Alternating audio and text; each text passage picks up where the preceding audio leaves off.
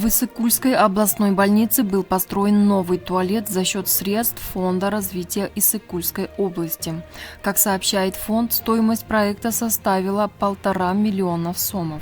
Подрядчиком выступила компания «Эль-Шаадай». В эту стоимость вошло строительство септика, самого здания туалета и подключение к системе водоснабжения. Туалет рассчитан на 8 кабин, установлен бойлер для горячей воды, 3 раковины и 2 писсуара. Также была благоустроена прилегающая территория, сообщили в фонде. Как отмечается, объект уже введен в эксплуатацию, однако в социальных сетях некоторые пользователи высмеяли и раскритиковали данную постройку. Они отмечают, что на такие средства можно было построить более современное здание.